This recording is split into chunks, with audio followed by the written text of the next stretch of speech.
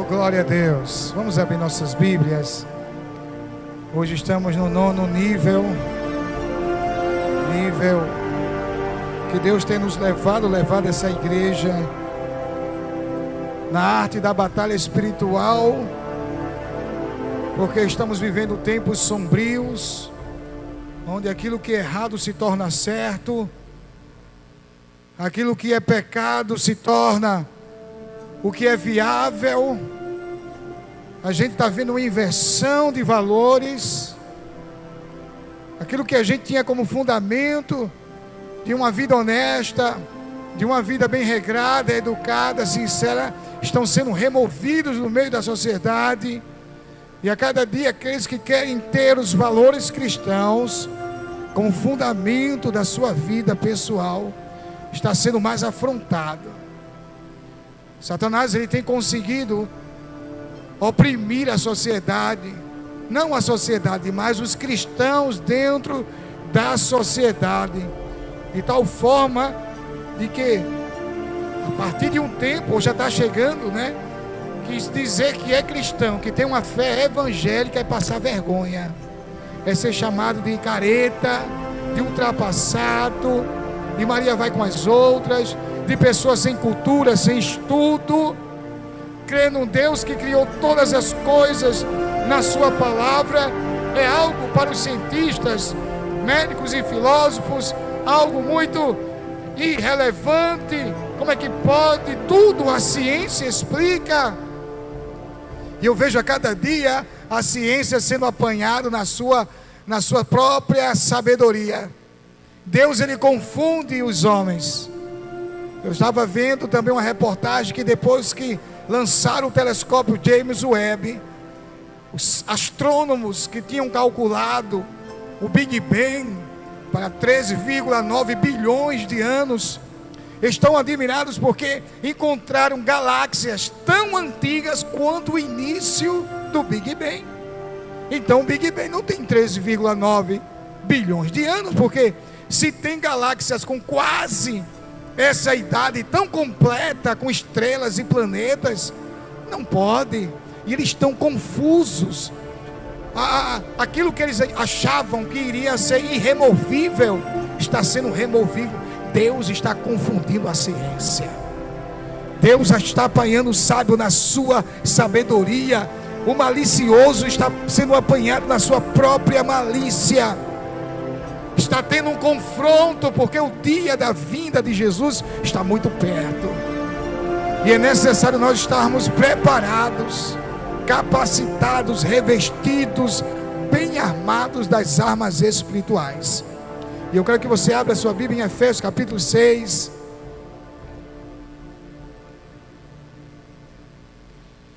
Versículo 14 somente, esse versículo. São palavras curtas, mas bem diretas, porque o Senhor quer revestir, cingir a sua vida. E diz assim, livro de Efésios, capítulo 6, versículo 14, olha aí. Estais, pois, firmes, tendo cingido os vossos lombos com a verdade e vestida a couraça da justiça. Poder sentar dando glória a Deus. No nível 8 falamos sobre a verdade, cingir os lombos da verdade. E eu introduzir aqui uma expectativa de que a verdade não apenas é uma verdade bíblica ou uma verdade teológica. Cingir os lombos com a verdade ultrapassa um ambiente religioso, um ambiente do templo. Viver uma vida na verdade significa uma vida completa, holística na verdade. O crente não tem que ser só verdadeiro dentro de uma igreja, ele tem que ser verdadeiro como patrão, ele tem que ser verdadeiro como funcionário. Se for funcionário público, ele tem que ser exemplo como funcionário público. Tem que ser um homem de verdade, com o seu caráter nos negócios. A verdade que Deus expressa é o próprio ser de Deus, porque Jesus disse que Ele é o caminho e é a própria verdade e a vida. A vida é a manifestação da verdade. E a grande disputa e o cerne, o centro e a raiz da batalha espiritual é a luta da mentira contra a verdade. Eu quero que os membros dessa igreja sejam aptos e bem abalizados na área da batalha espiritual, porque é a área que eu mais gosto, que eu mais me destaquei no meu seminário, é a área que eu mais tenho uma afinidade. E quando nós entendemos que a área da batalha espiritual, ela tem a sua raiz e o seu fundamento na disputa da batalha entre a verdade e a mentira, nós temos que recorrer até o início de tudo, antes mesmo do mundo existir, do mundo físico existir, porque Jesus está entronizado ao lado do Pai, e há uma entidade que se denomina, não há na Bíblia o nome dele, mas se estipulou como Lúcifer. E essa entidade que a gente encontra as suas características lá em Ezequiel, Isaías 14, nós lemos hoje na sala do discipulado. Ele era um ser lindo, um ser maravilhoso, um querubim ungido para proteger. Um querubim ungido para proteger. E pela sua própria aparência, pela sua própria elegância, a sua formosura, a sua perfeição, que a Bíblia vai dizer que ele mesmo era o sinete da perfeição, ou seja, ele era a régua de medir os outros anjos. Por Lúcifer se medir os outros anjos, tamanha era a sua perfeição no seu serviço. Ele chamava a atenção em servir a Deus. O nível de dedicação que ele tinha era exemplar. Mas a vaidade tomou conta do seu coração, que ele queria tomar o trono do Senhor. Ele queria tomar o trono da verdade. Escute só, isso é profundo. Porque a vaidade sempre vai lutar contra a verdade. A aparência sempre vai lutar contra a essência. Hoje o que mais se vê é uma disputa dentro de uma geração que gosta de ostentar. São vazios, pessoas que não têm conhecimento, não sabem mais ler, não sabem interpretar, perderam-se dentro de um sistema de vaidade através das redes sociais. Os seres humanos valem o que têm, não o que são mais. É o sistema de Lúcifer. Neste mundo, a aparência vale mais do que a essência. É por isso que as pessoas se esforçam em comprar um aparelho de iPhone por 5, 7 mil reais, queimam o cartão, pipocam o cartão, porque sabe que aquele objeto vai acrescentar valor à sua aparência, porque muitas vezes estão vazios na essência. Então a disputa da verdade com a mentira é uma disputa hoje mais visível da verdade com a aparência, a beleza ou a essência. Não estou dizendo que você não precisa se arrumar, se cuidar precisa sim, mas cuidado para onde você está colocando o seu coração, porque quando nós colocamos um coração demais em algo, aquilo ali vira idolatria. Idolatria é quando eu me apaixono e me desgasto por algo, consumo a minha vida, e ainda que eu esteja com a Bíblia debaixo do braço, ainda que eu esteja com a saia arrastando pelo chão, e ainda que eu esteja subindo um monte, se Jesus não for o centro do teu coração, você está em idolatria. Então nós temos que entender que essa batalha, ela é a cada segundo, ela é a cada minuto. Não é apenas quando um vizinho ou quando um parente se levanta contra você, ou alguém diz um palavrão, ou alguém quer derrubar você lá na tua empresa. Não, essa batalha ela é muito mais profunda. Ela também é de traços filosóficos dentro de você. Quando você muitas vezes gasta o que não pode para aparecer o que não é, e para estar no lugar onde Deus não quer que você esteja. A gente se endivida pela força da batalha espiritual, avança para ambientes onde não poderíamos ainda estar, porque nós queremos aparecer e não ser diante de Deus. Mas nessa noite, Deus está dizendo: eu te trouxe aqui para que você seja cheia do meu Espírito. É por isso que nós temos que entender o fundamento de Mateus 6,33. Jesus disse lá: buscai o reino de Deus e a sua justiça, e as demais coisas vos serão acrescentadas. E é por isso que nós falamos hoje sobre a couraça da justiça, porque a couraça era uma peça que protegia o soldado, a parte do abdômen, o seu flanco, as suas costas, para que por flechas ou espadas ele pudesse ter um nível de resistência. A couraça da justiça era a couraça era uma forma de defesa passiva. Diga comigo: passiva. Enquanto o escudo e a espada eram formas de defesa e ataque ativa, ou seja, o soldado tinha que aprender a manejar o escudo e observar. Já a couraça não. Ele não podia mexer a couraça estava parada e protegendo ele. O escudo, ele tinha que mexer o seu braço e saber aonde vinha o dardo, a flecha, a lança, para se proteger. Mas se ele vacilasse, ainda tinha a couraça, que seria um segundo nível de defesa para todo bom soldado. Vocês estão conseguindo pegar isso? Estão conseguindo entender? Então você tem que entrar nessa linha de pensamento, o que é passivo e o que é ativo. Porque o bom soldado, ele treinava na espada o ataque, no escudo a defesa. Mas mesmo se o ataque e a defesa ativa falhasse, ainda havia a couraça da justiça. Diga assim comigo: glória a Deus.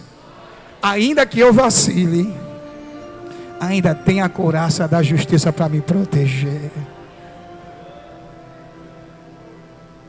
Queridos, eu quero ser bem breve, porque quando a gente ama alguma coisa, a gente luta por ela. Quem não quer lutar é porque não quer amar. Quem não luta por nada é porque nada ama. Mas nós, quando queremos tomar posse de certas coisas, e quando nós amamos a nossa família, quando nós amamos a nossa casa, amamos o nosso Deus, amamos a nossa igreja, nós lutamos por aquilo. E é necessário estarmos bem preparados.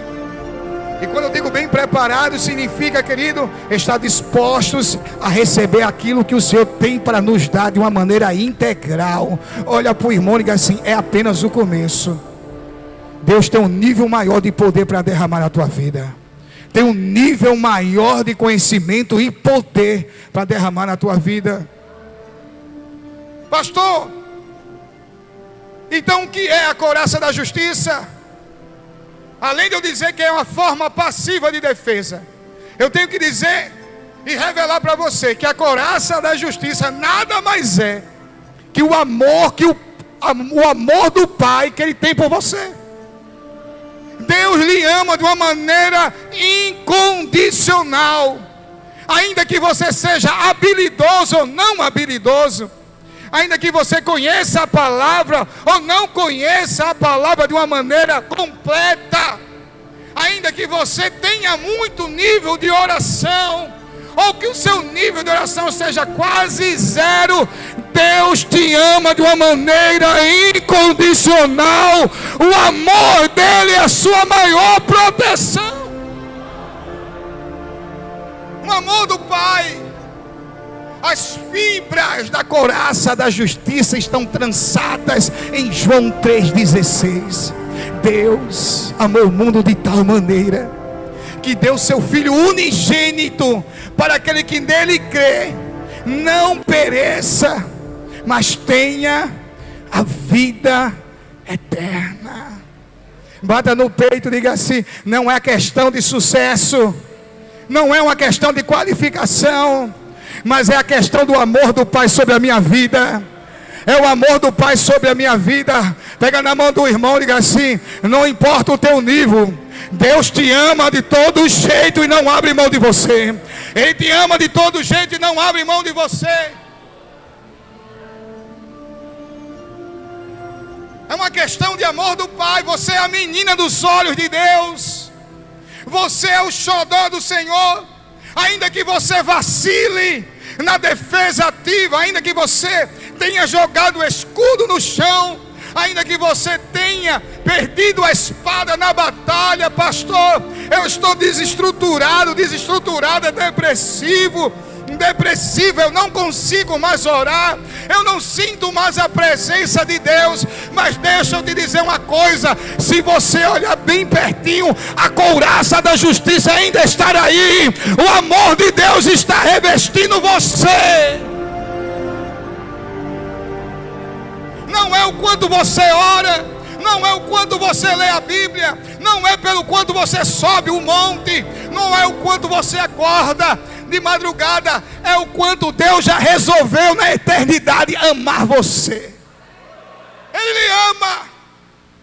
E isso é uma peça fundamental na batalha espiritual. Se você, querido, não tiver a consciência de que Deus ama você incondicionalmente, fraco ou forte, rico ou pobre, no monte ou embaixo do monte, orando ou com pouco oração, Ele não abre mão da sua vida. Quantas pessoas já fui orar e ajudar?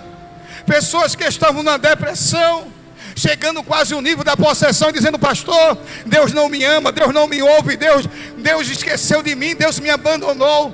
E o Espírito Santo dizendo: não a abandonei, eu não a rejeitei, ela é minha filha querida. O que está acontecendo é que a mente dela está envolvida pela mentira do diabo. Você tem que entrar no nível da dimensão da verdade.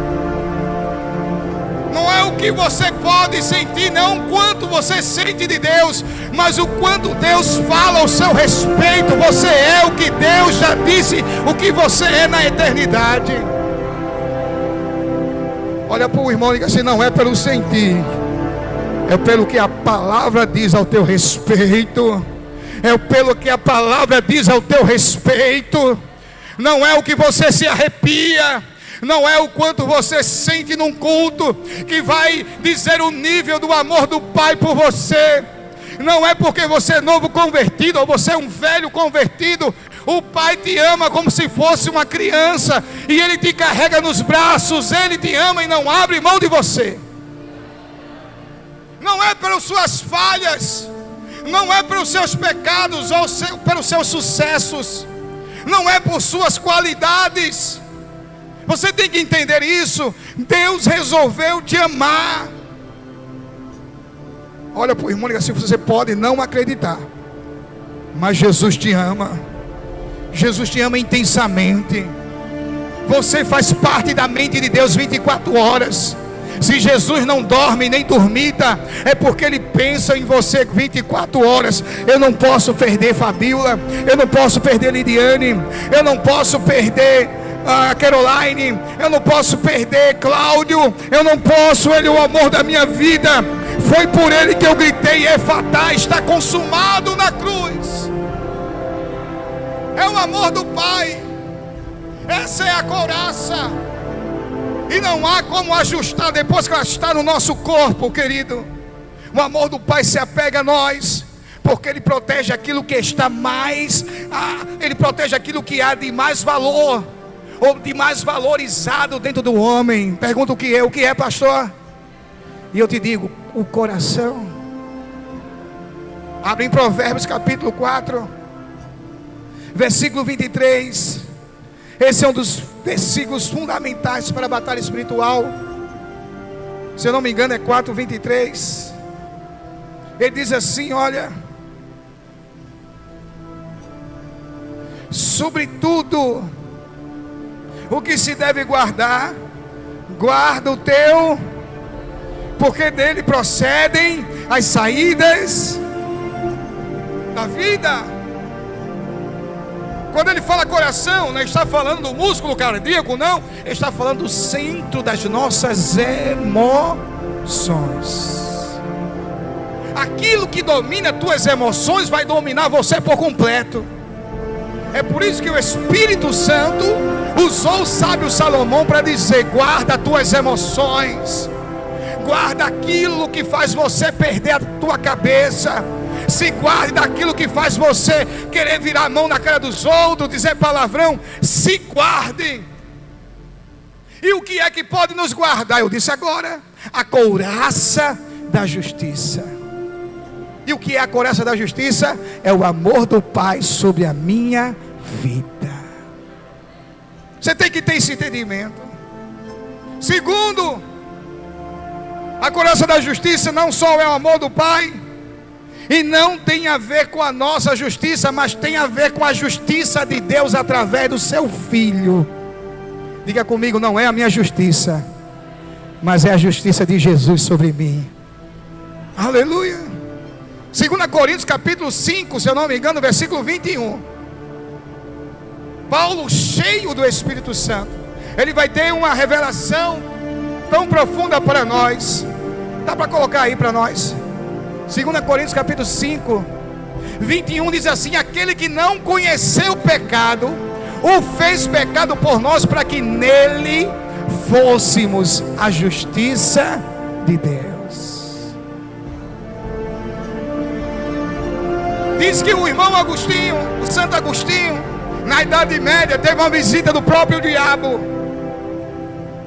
E o diabo apareceu para ele dizendo: rapaz, tu está metido a santo, tu era isso, tu era aquilo, e tu fazia isso, tu pegava as meninas. Que Agostinho, Santo Agostinho, quando ele não era cristão, ele era virado.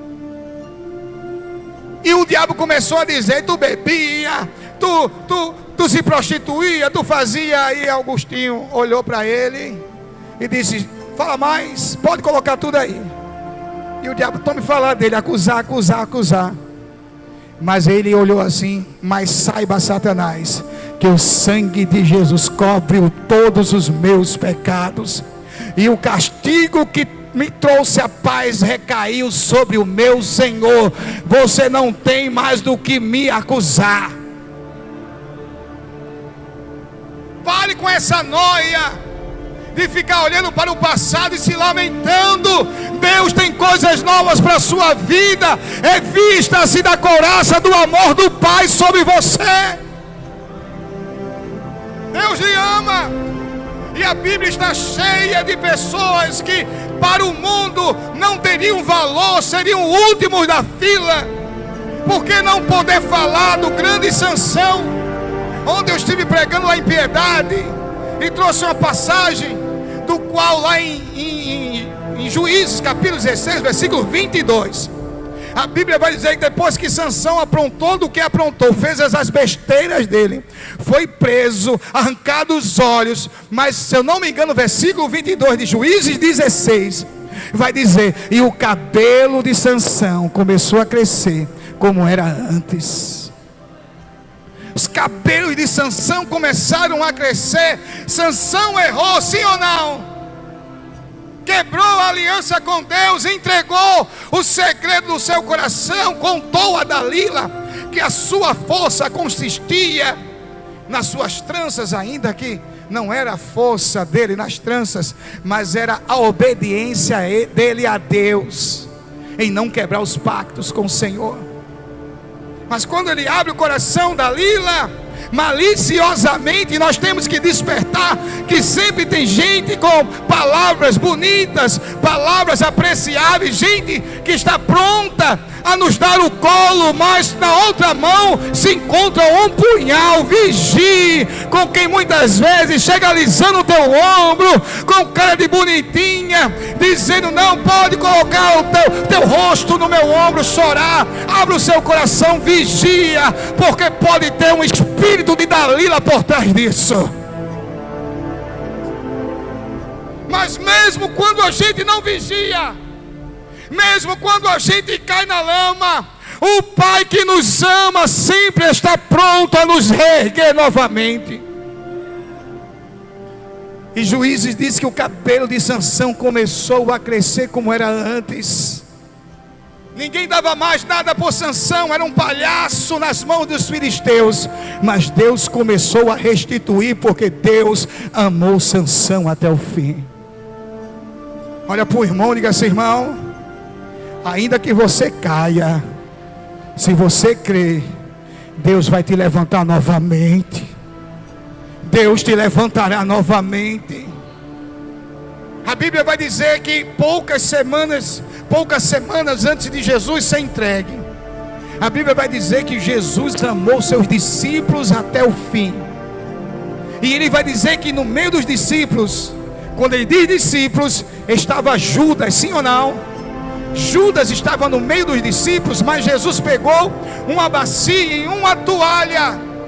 E você não vê em nenhum momento no Evangelho em que o narrador vai dizer que Jesus pulou os pés de Judas. Não, Jesus estava ali lavando os pés de Judas até o fim, crendo que ele ainda poderia ter jeito. Jesus amou Judas, tanto é que quando ele vai beijar Jesus para entregar, Jesus olha nos olhos de Judas e diz: amigo, a que viestes? Jesus amou Judas, Judas que se ressentiu e não quis se arrepender. Diga comigo: ressentimento é uma coisa e arrependimento é outra. Tem gente que fica ressentido, fica triste, mas não estar arrependido. Eu falei uma besteira com ela, não devia ter feito. Mas não chega para vocês: minha irmã, me perdoe pelo que lhe falei, me perdoe pelo que lhe caluniei, me perdoe pelo que lhe julguei. Eu estava errado, estava errada, me perdoe. Tem gente que não tem essa capacidade, pode estar ressentida, pode estar triste, mas arrependida não. O ego fala mais alto. E o ego de Judas falou tão alto que ele, em vez de ir para Jesus, se abraçar com Jesus: mestre, me perdoe, e se for possível eu morro com o Senhor. Não, ele foi se enforcar, porque o ressentimento aponta para o próprio homem, mas o arrependimento aponta para a glória de Deus na vida. Amante, ó, Deus lhe ama. Ele lhe ama, você é a obra-prima, você é a joia rara do Senhor. Cada vida aqui, ele tem um DNA diferente, distinto. Cada vida tem uma íris, um código secreto distinto. Somos peças de arte, vasos de ouro nas mãos do Senhor.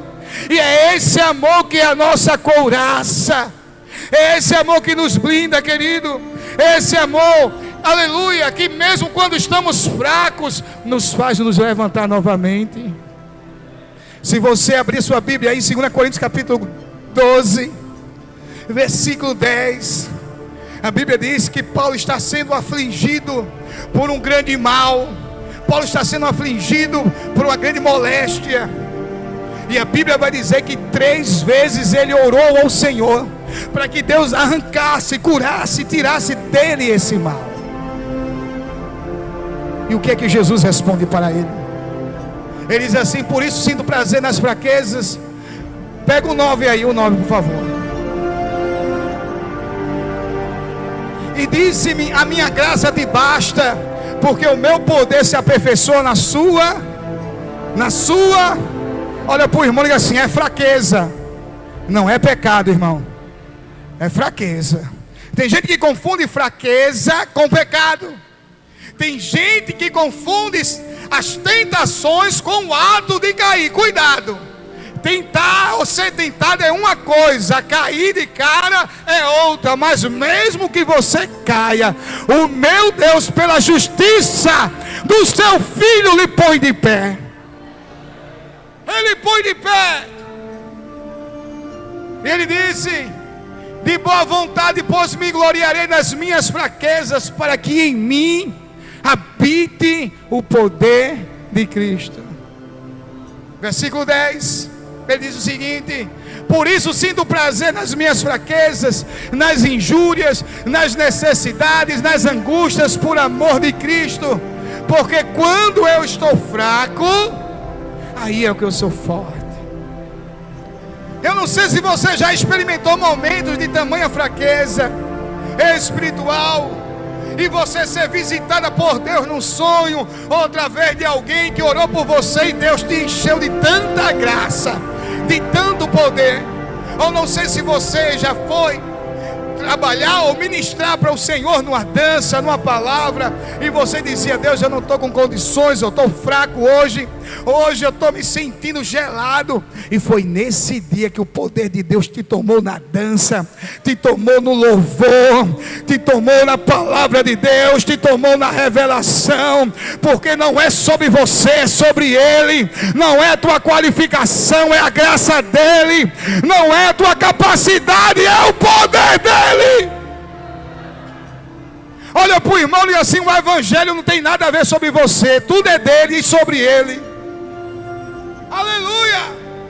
É a couraça. Esse é o presente do Pai. Ainda que o meu escudo seja enfraquecido, ainda que eu esteja com o escudo quebrado, metade dele, mas ainda tem o amor que o Pai sente por mim e você. E qual é o preço dessa couraça? Quanto eu tenho que pagar por ela, pastor? Nada, a não ser o teu coração. Se você abrir sua Bíblia, hein? Jeremias 29. Eu já quero encerrar. Eu quero orar pelos irmãos. Deus está mandando fazer as pregações curtas, mas bem intensivas, porque cada nível ele está colado ao outro nível. E eu não posso entrar em batalhas espirituais, ou estar intercedendo por alguém, ou entrar numa batalha por outra pessoa, se eu não tenho uma consciência que o Pai me ama, além das minhas forças, além das minhas capacidades. Se você não tem essa consciência, se você tem dúvida que Deus lhe ama, ou se você acha que Deus está com chicote, pronto a te chicotear qualquer erro, não entre, não vá orar por ninguém. Você tem que voltar lá para o primário, para o ginásio, e aprender na lição que Deus voluntariamente e incondicionalmente Ele lhe ama acima de tudo. Ele lhe ama. Se a gente não tem uma consciência do amor de Deus, se a gente fica com a noia: eita, eu falei uma besteira, eu falei um palavrão agora, Deus já saiu de mim, o Espírito Santo se retirou de mim. Isso é meninice. Você não conhece o Deus que você serve. Você precisa voltar e dizer: Deus, revela todo o teu amor. Não é por um palavrão, querido, não é por uma briga, não é por uma confusão que Deus vai se retirar. A Bíblia vai dizer em 1 João capítulo 1 versículo 8 e 9, que se dissermos que não temos pecado, fazemos Jesus de mentiroso. Olha para o irmão e diga assim: não se preocupe não, o Pai sabe os teus erros. Não se preocupe não, o Pai sabe os teus erros, mas Ele não deixa de ser teu Pai. É quando você chega nos pés: Pai, eu tive vontade de matar aquela pessoa hoje, Pai, o Senhor sabe. Eu tive vontade de dar uma voadora, um Hadouken nele. Pai, o Senhor disse que o Senhor ouviu, me perdoe, eu falei um palavrão, mandei ele para aquele lugar hoje. Eu não suportei, Pai, a afronta foi grande. E o Pai sempre está pronto a dizer: anjo, vai lá, lava a boca do meu servo, purifica, dá armas novas, porque ele não deixa de ser meu filho por causa de um erro. Ele não deixa. Não deixa. O que seria de Gideão? Um homem mais covarde e medroso que se encontrava ali, e o Pai escolheu Gideão. É na mão desse fracote, desse medroso, que eu serei glorificado. Jeremias 29 versículo 13, se eu não me engano. Alguém leia aí para mim, por favor. Eu estou falando sobre couraça da justiça.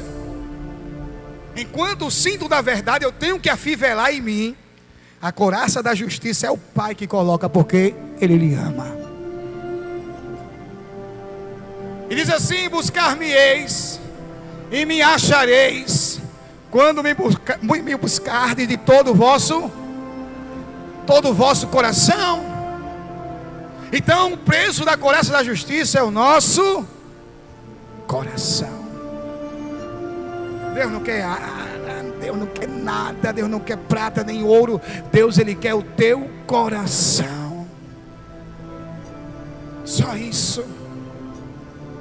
E a cada dia que a gente vai caminhando com Jesus, nós vamos descobrindo como Deus nos ama, e que a forma que Ele manifesta o seu grande amor sobre nossas vidas é estar liberando o seu perdão todos os dias para nós. E se não tivermos consciência deste amor, se não tivermos uma visualização que Jesus, Ele foi a manifestação do amor do Pai para mim e para toda a humanidade, não adianta colocar a mão sobre a cabeça de ninguém, porque senão você vai enlouquecer. Satanás sempre está pronto a lançar os dardos da mentira, e ele é mentiroso e pai da mentira. E ele vai dizer: você não tem capacidade, você errou, você falou um palavrão, você fez isso naquele dia, você tropeçou naquele mês, você fez besteira no começo do ano. Está vendo que a unção do Espírito não vai tomar tua vida? Tu é toda errada, mulher, tu é toda troncha. Está vendo que tu não tem jeito para ser crente? Está vendo que tu não tem jeito para ser uma intercessora? Está vendo que tu não tem jeito para carregar a presença de Deus? Mas você vai ter que declarar, aleluia, que em Cristo você é mais do que vencedor, e não é por suas obras, é pela graça. Fica de pé, igreja.